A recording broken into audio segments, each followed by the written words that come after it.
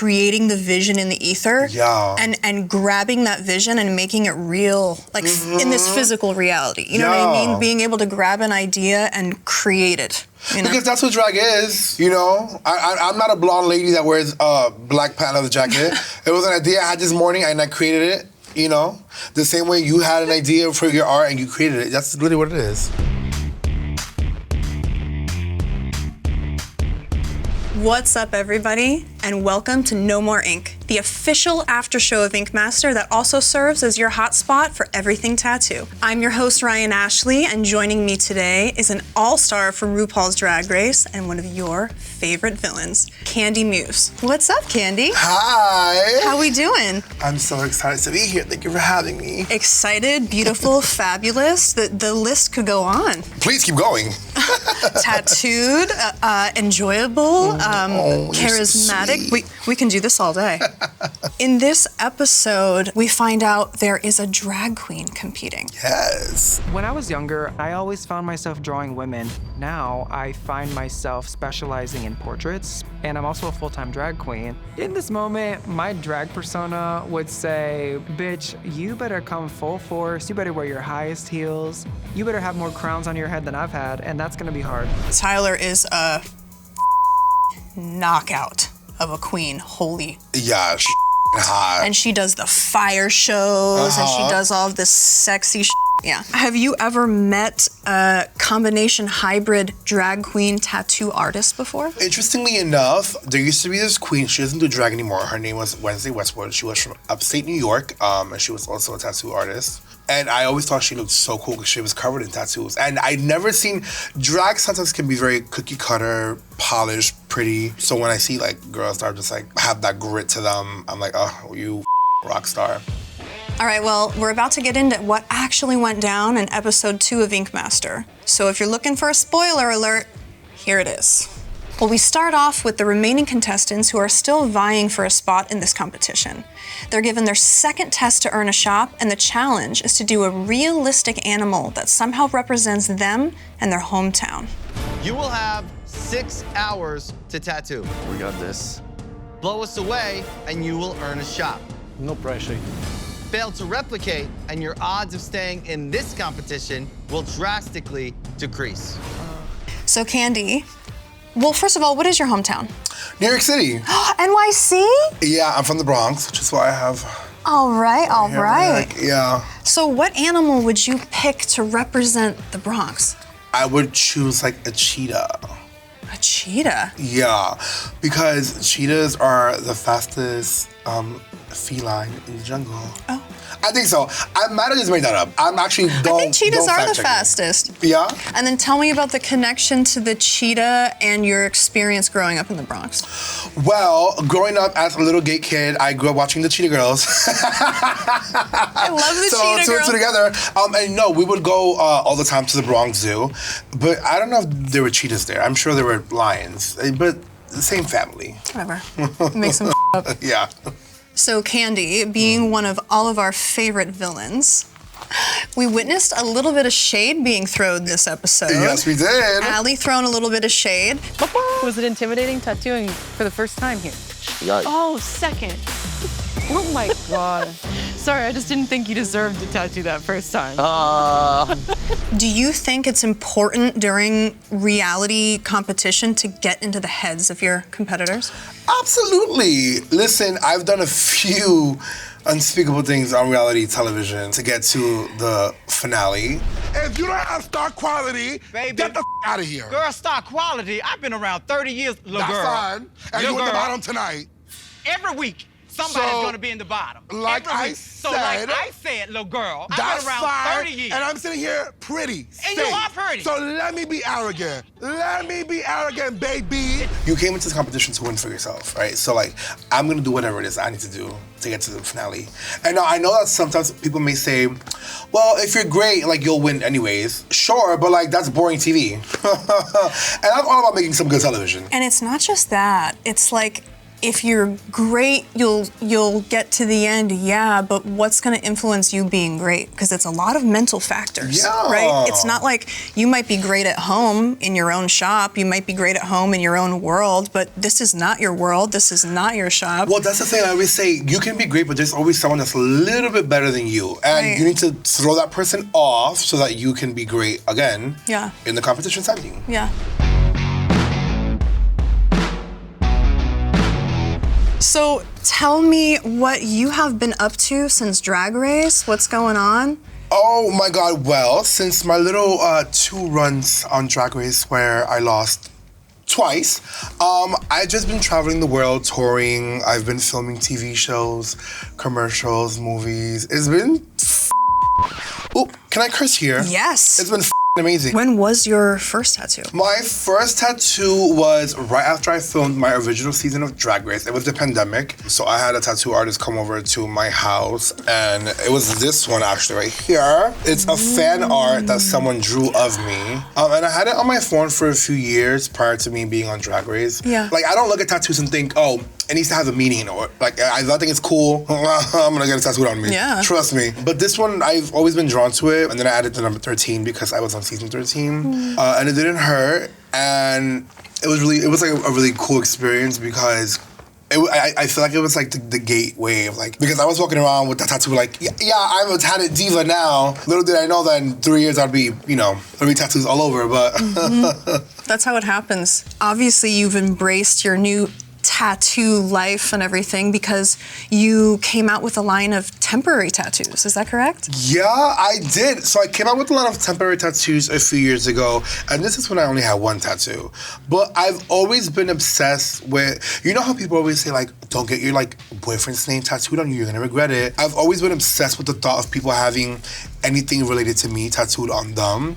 So I came out with this line, and it was so cool because the tattoos lasted about like 9 weeks or something like that. What? Yeah, no, it was like really, really dope. That's like a semi-permanent tattoo. No, truly. Whoa. And it was so cool to see people like, they would come at my meet and greet and they would have like my name on my lips or the logo, and it was so dope. I've always loved this really creative correlation between the world of drag and the world of tattooing because it is about embracing all of those sides of yourself, and it's about expression and emotion and feeling and energy and vibing and choosing your character, choosing your reality. I think that choice is really important. And I think it's like punk rock as I think just as like with drag has always been such like a taboo thing to do because it's so far from the norm in regular people life. Same thing as like when I'm sure like when you walk around, people are like turning their heads like, whoa. To me, I'm like, we're the coolest people in the room. Yeah. And it really does shape you to be like the star in every room that you stand in. Right. Do you think that if you are an artist when it comes to drag and creating these personas, and you are an artist that specializes in tattooing, you think there's a correlation between those two? Oh my God, yeah, because even just like on the physical aspect of like drawing and the color wheel, the color theory, a steady hand. You need a steady hand to do a good wing liner, right? Now, I'm not saying I can do tattoos because that's not, I can do a wing liner, I can't do tattoos. But yeah, I think it definitely, when it comes to at least like putting it down on paper or on skin. Yeah, and it's a matter too, I think, of like imagining the vision, like creating the vision in the ether, and grabbing that vision and making it real, like in this physical reality. You know what I mean? Being able to grab an idea and create it. You know? Because that's what drag is. You know, I'm not a blonde lady that wears a black leather jacket. It was an idea I had this morning, and I created it. You know, the same way you had an idea for your art and you created it. That's really what it is. Well, next up is tattoo review, so let's take a look at this week's art. First up is the realistic animals. All right, this is Boucher's bull. How do you feel about this? It's not terrible. I personally wouldn't get that tattooed on me. And the leg looks a little weird. Doesn't look like a leg. Phallic. Yeah. Little phallic front leg we got going on. Yeah. Tattooing a bull, especially full body, it's difficult. All of the muscle structure and the movement and all those weird body parts, I really think he nailed a lot of that hard stuff. All right, let's take a look at the next one. A buffalo is actually a really hard animal to tattoo. believe it or not, because you have to position it on the body pretty much like Emily did, but the hard part is all of the texture on it is curly and fuzzy like a cloud or a cotton ball. And so it's hard to tell what is what really when you translate it into the tattoo form. I love that Emily chose a buffalo, and I love her explanation about it, how buffaloes run into the storm. I think that means a lot. Yeah. It's a pretty cool tattoo. I think it got a little dark, but It's very, very dark, but I think it's still cool. It's very cute. this is Ishnard's fox. In this tattoo, just the expression of the fox alone, you can tell that he's very curious as to what's happening. Yeah. I think it's so cute. I love the colors. I love the orange against the blue in the background. The thing is if this challenge was a color illustrative challenge, Yeah. Ishnard would have crushed. But for realism, we feel like he simplified everything to be more colored blocked, which is more the look of a cartoon rather than the look of a photograph. And that's where this one got him. All right, this was Kyra's mountain lion. I kind of love, you can tell in this image, it looks very realistic. I do agree what they said about the smoke. I'm not big on the smoke. It just looks really chaotic. It looks like she's wearing a shirt or something like that. But the head alone, I love. The cool thing about this tattoo is the closer you get to the tattoo, the more you zoom in and really look, the more you can appreciate the fine, intricate detail of the tattoo. Yeah. One whisker right over the eye. All of those textures get more impressive the closer you get to it. This is Luca's trout tattoo. What did you think about this one? You know, I personally would never get a dead fish on me, but I think that the colors blend in beautifully. The orange against like that gray, I think everything looks really good, honestly. Yeah, I think when it comes to realism, a lot of the time people will take a photograph of an animal and copy it like a computer printer onto the skin. That's what people think of when it comes to realism. Yeah. Luca actually took a picture of this fish, chopped it up himself, and created that image that still reads as realism. So for me, it was so impressive, not just in terms of the artistry and the technical ability, but the imagination and the creativity that went into it, because making choices like that is what sets you apart in this competition. Yeah. Okay, so this is Matt's parrot. How do you feel about this? You know, I know that it got good critiques. I don't know if it's my favorite. I don't know if I personally get realism from this specific bird. I'm having a little bit issue with the colors. It's because they're not saturated all of the way to the possibility. And that's why in the episode, I asked Matt, did you start with the tail? And I can tell because usually with a tattoo, where you start is where you spend all of your time. And then as the clock ticks, you haul ass from there, right? Yeah. But Matt is not a realism artist. He does Japanese. This was Mike's rearing white horse. I love, other than the fact that, like, yes, maybe the back looks like, you know, it's coming out of a pocket, but to create what I assume is a white horse in black, white, and gray, and now make it look like a black horse, like, the talent that takes. The shading, you can see the muscles on the horse.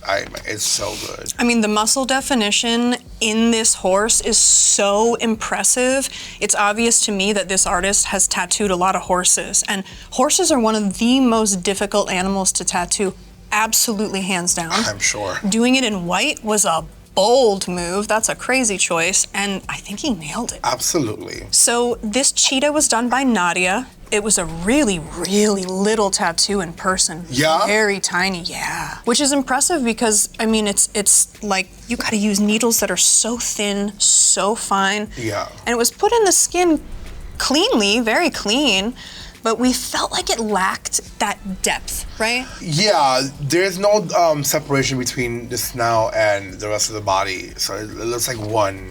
Right, like where's the chin? Can you pin out where the chin? No.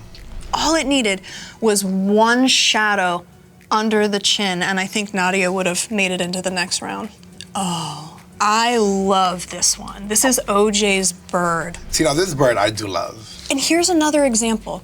This is obviously a white bird. It looks like it's glowing. The feathers look like, how do you get a bird to look like it's glowing white without using white ink on skin that's the same tone? He created the illusion. It looks so good. Even the little pigeon feet, like wrapped around the branch. Little talons. So cute. Yeah, this was a really, really great tattoo. So clean, crispy, beautiful. This was Seth's tiger representing Pittsburgh. How do you feel about this?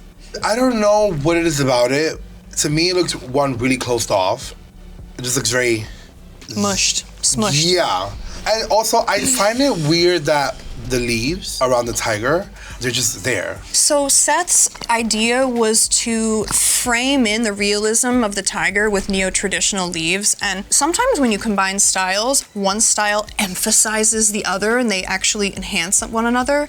But for this one, the choice to leave the neo-traditional leaves blank makes them look totally unfinished to me. So here we have another mountain lion done by Sherry. How did you feel about this? Again, you know, the issue that I have with the tiger, where it just seems mushed. I'm having this issue because I know that there's a paw. I know she's walking, but like everything's so close together and everything's shaded so dark. Yeah. That's making it so difficult to see like what's what. Yeah, I mean, Sherry has tons of skill. I mean, intricacy, precision.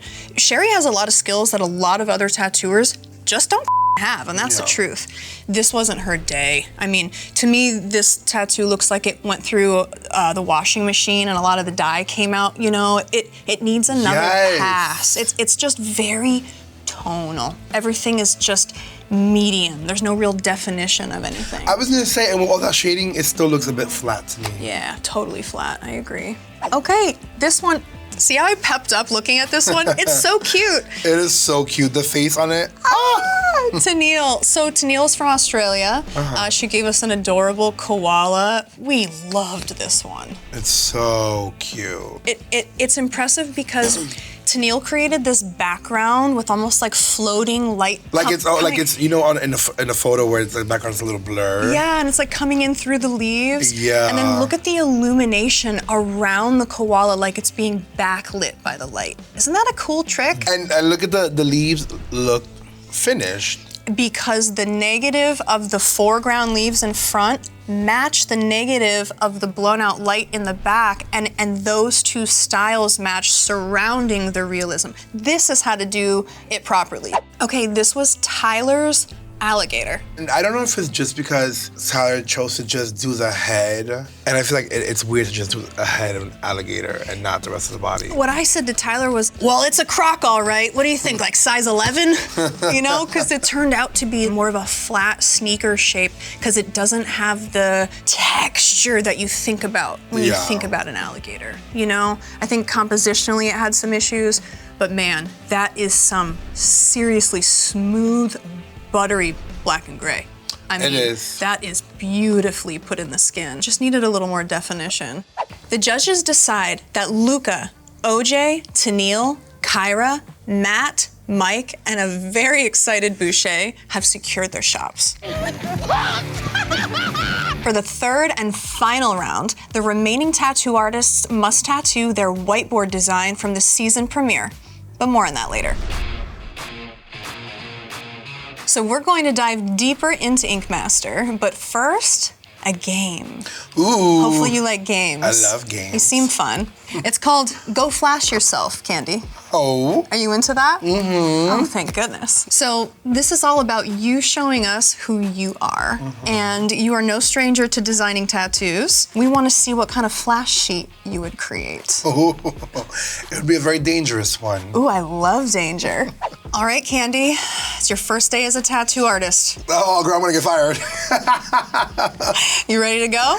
Let's do this. Let's do it. Hit it. So obviously you know what a flash sheet is. Yeah. You're tattooed enough. For those of you at home that don't know what a flash sheet is, it's basically a sheet of designs that an artist comes up with that are meant to be quick, simple, clean, easy. It's a little bit of a collection of simple things that a tattoo artist really loves that represents them. A lot of the times they're silly, fun, ridiculous. I love hearts. I'm obsessed with hearts. Me like, too. I think everyone should have like at least one little heart tattoo on them. These are little stars. Ooh, juicy. My boyfriend's gonna kill me for saying this, but one day I left the gym, like last month, and there was a sign for a tattoo shop, and they were having like a 50% off, or what I thought was a 50% off sale. That didn't include the one I picked, of course. So then I got this on right above. You have juicy tattooed on you? Yeah. Stop. Because I think everyone should have my initials tattooed on them. Okay, perfect. Why not? I've always been obsessed with those like mom heart barbed wire tattoos, like the prison ones. I love that. But I wanted to say my name instead of mom. Okay, this is supposed to be a barbed wire, but it's okay because It does. It also kind of looks like a crown of thorns. See? Or it could be. Wait, Or and it could then, be a barbed wire crown of thorns. and then look at this. The cross. Honey, making art here. Amen. Changing lives. I love it. For the third and final round, you must tattoo your whiteboard drawing from round 1. Oh my gosh. Okay. You can make any changes you want to your design, but your tattoos must be the same style and subject as your original drawing. Okay, so this is Emily's sexy lady. How are we feeling about this? It's not revolutionary. It's not the most out of this world tattoo I've seen. I can walk down Brooklyn and pinpoint 5 people that have the same tattoo on their, forearms or whatever. Yeah. Is it a good tattoo? Yes.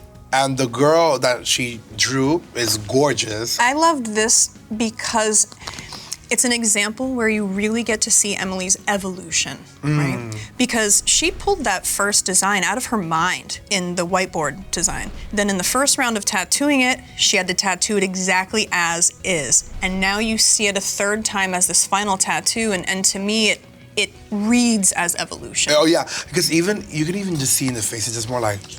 Yeah, totally. Yeah. She pulled it together, I think. I love this one. Love it, right? Love. This was Ishnard. His first round of this, he wasn't even stoked on. So we weren't sure what was gonna come out of Ishnard with this one, but man, that tattoo it's incredible. It's so good. Look at the shirt, the transparency in the shirt. It is so good. Come on. And I know a lot of my friends that would get that tattooed on them. So this is Seth's neo-traditional bird. How do you feel about this one? I like this. The colors are vibrant. The bird looks angry as hell. I love the sun behind the bird's head. I think it's really dope. I think this tattoo, compared to the very first one, are absolutely in every way night and day. Yeah. I mean, it's a perfect example of bold will hold. I think the detail is put in the right spot. I think there's a beautiful separation of all the elements, really solid saturation. I'm a huge fan of this tattoo. Same. I love it. Love it. Okay, this is Sherry's dragon. The thing for me with this one is Sherry is an extremely precise tattooer. It's very impressive. But all of the intricacies of this tattoo you can't appreciate fully because it's so tonal, because all those colors are so muddy. You know, from across the room, it looks like a backwards S. It's only until you get right up on it, that you see everything that's impressive. So I think if Sherry used different colors or separated them a little more, it would be less muddy. Okay, so this is Nadia's Phoenix. How do you feel about this one? I do love this. Is it a reinvention and like brand new? No, little tweaks in here, added. But I love the blend of all the feathers on the new tattoo where it looks like she's like soaring through the wind. I don't know, I love. In the original whiteboard design, we felt like it was flat and boring. And the one thing we really loved about it that was so different and unique and special was how every feather, Nadia basically calligraphied a word into each feather. So as the feathers dissipate, they become these beautiful words. And it's the one thing we told her that was so unique and special about the design. And then she eliminated it, Yeah. So that was a little frustrating, I think. So this is Tyler's second shot of recreating this whiteboard design. How do you feel about this like surrealism, realistic combination tattoo that Tyler pulled off? You know, I actually do love it. I think what's missing for me is a little more depth, a little more oomph to it. It almost seems like it's a little like fading away. It was a little light. I think Tyler could have brought in some more darks. And I just felt with this, like the idea is there, the smoothness is there. But if you popped the things out and not just stack them on top of each other, it would have more movement and be a lot less stagnant. We're gonna go back in time for a segment called Ink Remastered. Every season of Ink Master, artists are unfortunately sent home for the shortcomings in their final tattoo. But in this segment, we're giving them a chance to do it all again.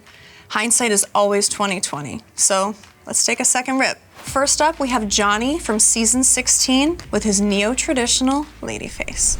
Since you pulled the hair in such a compartmentalized sort of way, I think you missed a lot of movement in the tattoo. I took that route to go a little bit more sticker and flat. I do think it's a lot of stuff crammed together. Here it comes. It's already a different angle I could see just from the stencil. Oh, wow. Yeah, I think we're off to a good start. Just the stencil alone is like... Just more developed when it comes to the design, Yeah. right? From the drawing board, it's a better attempt. He's like halfway done with this tattoo, and I already love it so much more than the first attempt. I'm obsessed. It's so good. Oh my gosh! Wow, whoa. that is like... It looks like a different artist. Come on. It's a thing of like, with time, you gain more experience. Time, experience, and sometimes as an artist, and I'm sure this happens in the world of drag, if you're feeling kind of iffy about something, 6 months will go by or a year will go by and you'll look back and it clicks in your brain everything you should have done differently. Oh, 100%. I look at photos of me from like 2 years ago and I'm like, oh my God. Like looking at these attempts from the first tattoo to the second tattoo, look at the movement of the hair. How the second tattoo, the hair is the same sort of flow, but it actually shapes it and gives it movement and a reason. It's not flat. Like the one on the left, the first one is just like he said, a sticker. And there's so much dimension in this new tattoo. I'm kind of obsessed. It's a different level, these two. But it still keeps the same feeling, right? It's cool. It's nice to see evolution like this. Well, after the final round of testing, we ultimately decide that Ishnard, Seth, and Emily have secured their shop, whereas Nadia, Sherry, and the tattoo artist / drag queen Tyler are all going home. Boo! I know. Homophobic attack. You know, I'm bummed that Tyler is going home. I was really excited to see Tyler compete. I wish he competed as Dominique. Ooh. I think the thing I was pushing Tyler towards during his time in the competition is truly embracing the hybrid combination of the two worlds, right? Because right now for Tyler, I feel like he's Tyler as the artist, and she's Dominique, this gorgeous fire dancer queen. And I kept telling Tyler, baby, you are both. You don't have to choose one or the other. Combine the two in your art and show how that flame looks when it's together, you know?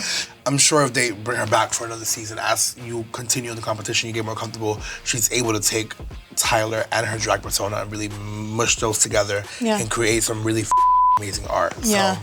It was hard letting Tyler go on this tattoo because I don't think this is a bad tattoo at all. At all. At all. No. This is one of those situations where an artist goes home on a good tattoo. It sucks. Well, before we go, Kandy, I'm gonna have you weigh in on sort of an important topic in our world. Okay.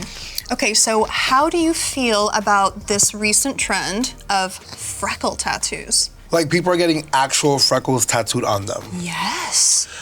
First of all, people grow up getting bullied for having freckles, and when it becomes a trend, everyone wants to get tattooed on them.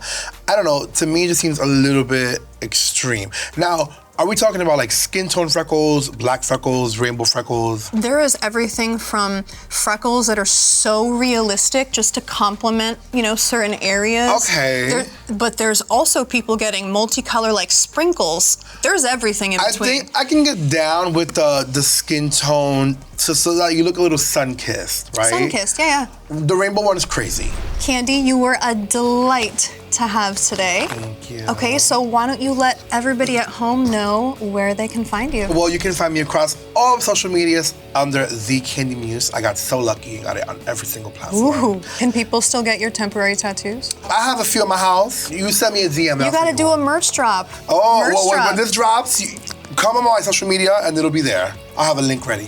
Get it ready. All right, well, that's it for No More Ink. Don't forget to watch this season of Ink Master on Paramount Plus and check out the Ink Master YouTube channel for everything Ink Master.